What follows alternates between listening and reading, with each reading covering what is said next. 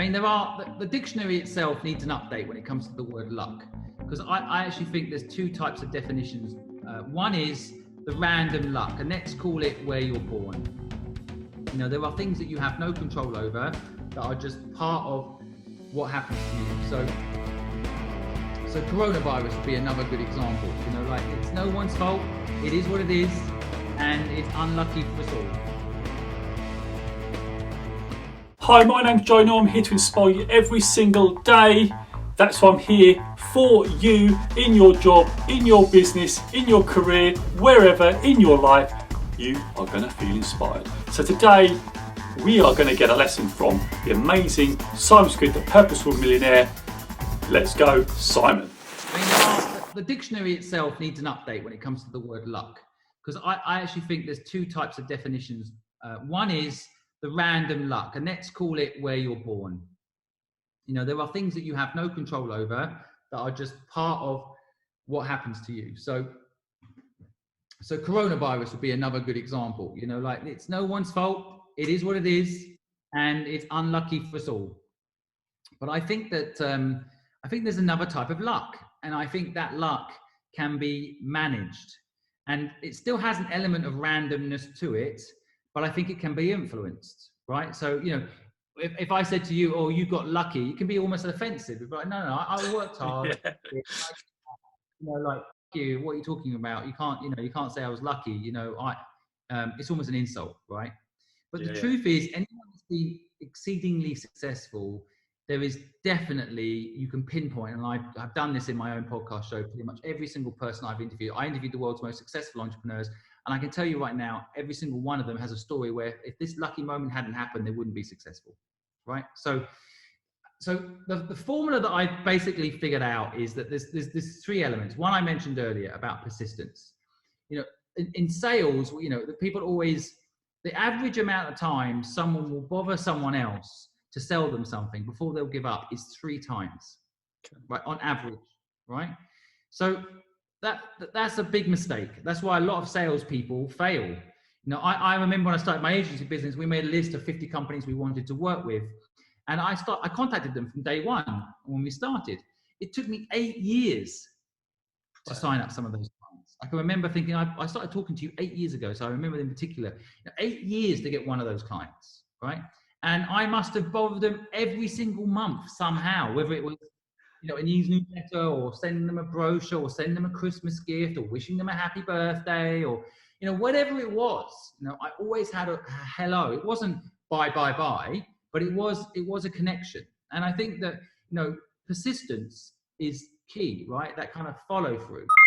I just love this lesson from Simon, that luck is a skill. How amazing is that? To think that you could influence luck. And the first thing you talk about is persistence. So persistence is one of the keys. So for me, like, the way I applied this in my life is videos every day. So if you go over to my Instagram page, you will see there's a video every single day. 851 as I'm talking to you today. 851 videos. That's persistence. So since I've done that, I think there's 2,000 plus posts. But it just shows you persistence means you continue to grow.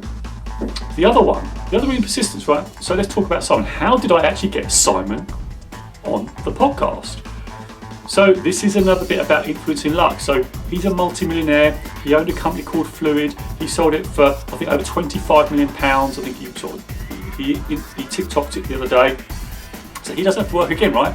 But he's helping people build purposeful businesses. Now, how did I get to know him? I don't know what it was. I think I was just going through my TikTok, and I saw him, I think, from memory. And what I did, I got on one of his lives. Now, I didn't ever think in a month of Sundays that he would come on to the podcast. He doesn't need to, he doesn't have to. He's got his own podcast. He interviews massive entrepreneurs, multi-billionaires, very successful entrepreneurs. And so there's no reason, but I got on his live, and I was talking to him, and I was talking about InspirationNation, and it's funny because what he did, he said, "Oh, InspirationNation, hey, you promote your podcast on my live." And we got a little bit of talk, and I said, "Oh, yeah, apologies." Anyway, and I just said, "Well, come on the podcast." just a message. Yeah, so I said email the PA, away I went, email the PA. So persistence, like from then on, even before then, I was messaging him a little bit, but then we sort of got to know each other, and actually he did that pretty much okay. And the other element that Simon talks about is taking risks, and that was a big risk for me, right? But I had to think about it. I thought, well, look, I didn't really think about it, but this is the thing I think about now. Like, what was the worst thing that happened? You just say no, we don't do it, right? We have the interview, and it doesn't work out really well, right? But luckily it did, right? You just saw the clip. So these are the keys around influence your luck. First of all, you've got to be persistent. You've got to be consistent and persistent about the things you do. The second thing, you've got to take risks. Okay, you can mitigate downsides. I mean, what was the downside of me contacting Simon? So speaking to him, reaching out to him is a step that you have to take. You have to lean into the fear. And this is the number 3 step he talks about, is using fear as fuel. I think in the clip, he actually talks about that fear is a signal to go. So fear is a signal to go. So the amygdala, right? We've got this brain of ours, got the amygdala, very fearful. And in fact, I've just written about this in my blog this week. It's going to go live. So the link is in the description below. So the amygdala is I think it's just connected to your brainstem here, very close to here, so the bottom part of your brain. And what will happen is when you feel fear, it kicks in, it hijacks you, and it wants you to make you run away and stop doing things. Now this is okay when you've got like a tiger or something chasing you down the road, right? You get out of the way, or your car's coming towards you, you're going to need to get out of the way. That's absolutely fine. But it's not very useful when you're trying to create something or trying to build something, trying to stretch yourself, right? Because it's going to stop you. It's going to say, hey, stop. So at the minute, I'm on a big project in my day job, and it's new. There's lots of new things, and you can feel fear build up because there's lots of things to do, lots of things to learn. But if I let the amygdala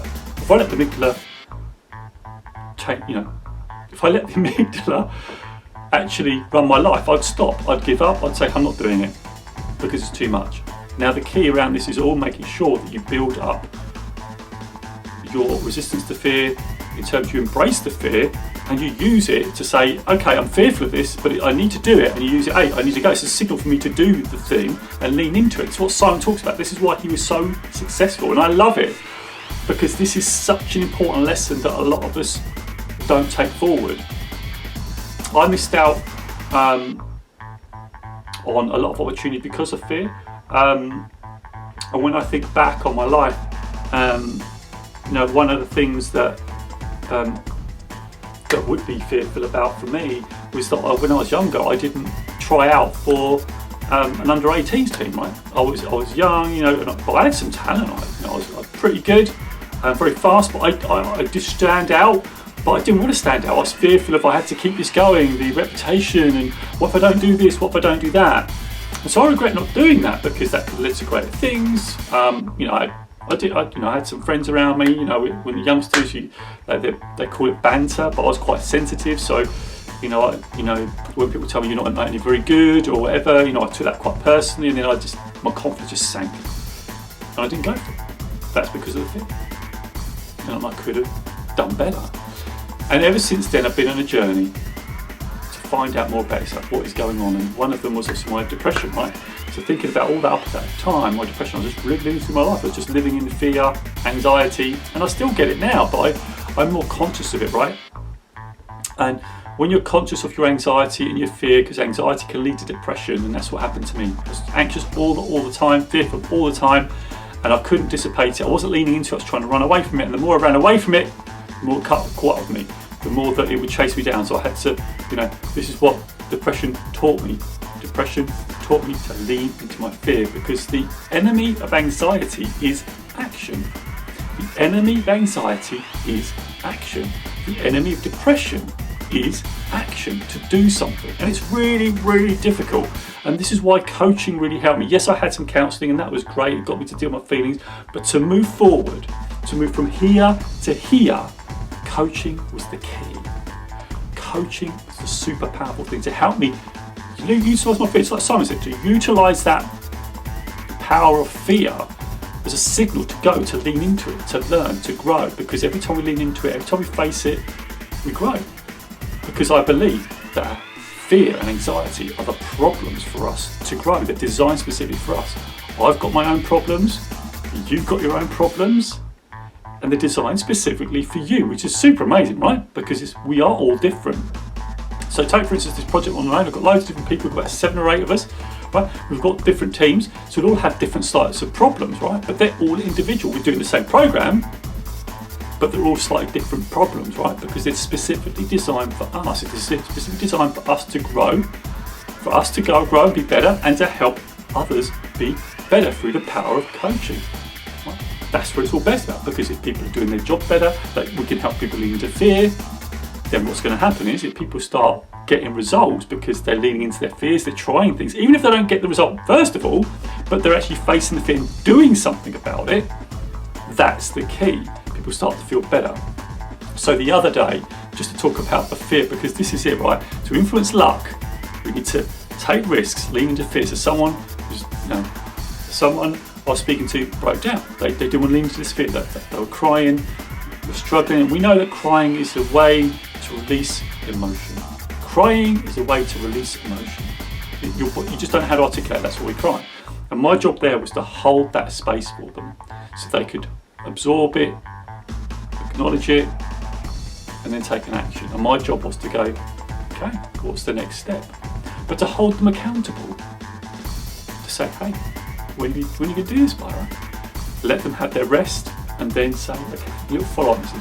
Okay, how are you doing? But supporting through the process, right? The next day, they're doing it, they're feeling a lot better. Boom, lean into the fear. Lean into the fear. So this is how. Let's just do a little recap. So to make luck your skill, you need to persist. You need to persist in what you're doing. Consistency, persistency, every single day, making it happen every single day, whatever it is, the smallest thing. So for me, it's the 1-minute videos. If you want to see them, go to Instagram, the link is in the description below. Go and have a look. 851, by the time you see this, it'll probably be 852, 855, I don't know. If you'd asked me many years ago what I'd do, I would say you're crazy, what are you talking about? That's persistence. Luck. Number 2, risk. Take risks. I took the risk asking Simon. I worked with Mark Drager as well. I'm now actually partaking risks. I'm now working with his team. I'm doing InspirationNation. I'm on a different project. I've got tons going on. But this is because he's taking risks, he's leaning into the things that you would make it a bit difficult. You're going to minimise the downside, but you're going to take risks. And number 3 is using fear as fuel. Leaning into fear to make things happen. Now when you face it, you're going to feel fearful. You're going to want to run away. You're going to want to hide, but you're not going to hide. You're not going to run away. You're going to take one small step to lean into the fear, to try and do it. Okay? And you are going to do it. You're not going to try, you're actually going to do it because you've got a date and you've got a time. So I hope you enjoyed the video. So what is your biggest takeaway from this video? I want you to know in the comments below. And if you've thought of any actions, I want you to put them down in the comment below. I want you to put the date of when you're going to take action. Thanks for watching. I really appreciate it. As you know, we do coaching here over InspirationNation. So don't forget, we've got 2 options. The first option is the free session where you can get a free session for free and it goes on social media and put it over there. Number 2 option is a private session. Just go to inspirationnation.org.uk and that's for the first bit as well. Just sign up there and say you want a session and we will contact you and get your contact details. The link is in the description below. Appreciate you watching as always. Thank you for watching. Don't forget you can catch all my other videos right over here, and don't forget to subscribe and hit the bell because that will tell you when another video goes live. Get your daily inspiration right here, right now. Watch and go. So don't forget, you've been watching InspirationNation and I'll see you over there.